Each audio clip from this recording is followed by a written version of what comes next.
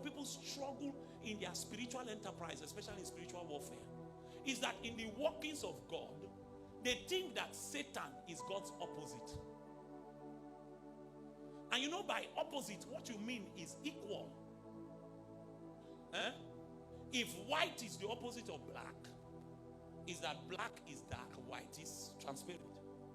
If bad is the opposite of good, it means that this is good and this is bad. So, if Satan were to be the opposite of God, it will mean that Satan is equal to God, but he's a bad God. Are you with me? But you see, just studying the scriptures will let you know that Satan is not God's equal.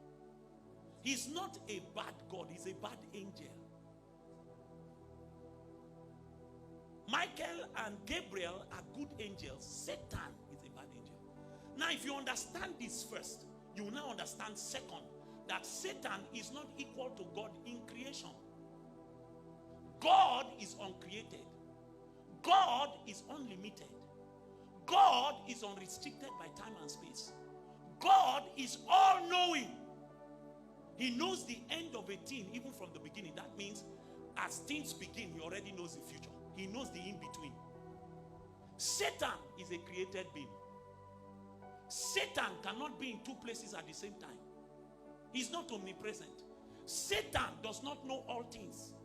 Satan cannot predict the future. If the princes of this world had known, they would not have crucified the King of Glory. He can't predict the future. Satan cannot read your thoughts. I've taught you before. As you are sitting in church now, the only one that knows what you are thinking is the great immortal himself. Even angels are not aware. And as long as angels are not aware, Satan is not aware. He doesn't know your thoughts. Satan can suggest thoughts to you. He can put thoughts in your mind. He can put lustful thoughts in your mind. He can put thoughts of envy and jealousy in your mind. He can put wicked thoughts in your mind. But Satan does not know what you are thinking. He's not God's equal. By the time you begin to feed on the grain of the Spirit and you are learning how to align with God and know the way he works, you will know that even Satan is still under God's command. Satan, you have heard Papa say it many times, cannot wake up on Monday morning and say, I will kill you today. He doesn't have that right. He doesn't have that right. Is it Job chapter 1 now or Job chapter 2 verse 10? Give me 1:10, let me see. Job 1:10 or 2:10, if I can remember it. Job 2:10. Look at this. Look at this. Job 1:10. He's speaking about Job. When God was saying to Satan, have you considered my servant Job? And Satan was giving God feedback.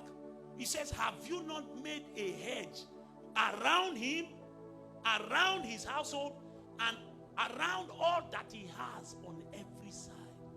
This is the reality for every believer. When you are aligned, you now know that for this hedge to be broken, you must break a spiritual law. Are you with me? For the Bible says it is he that breaketh the what?